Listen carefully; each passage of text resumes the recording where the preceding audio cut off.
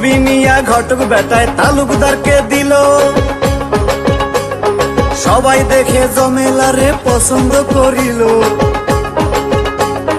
কালি আবার যশোর জেলায় যাও না রে ফিরিয়া, শুক্রবারে যাব মেয়ে দেখিবার লাগিয়া। আরে মেয়ে বুঝি বড় গো ভালো, আমার সংসারে সরাই বোয়ালো গো, মেয়ে বুঝি বড় গো ভালো।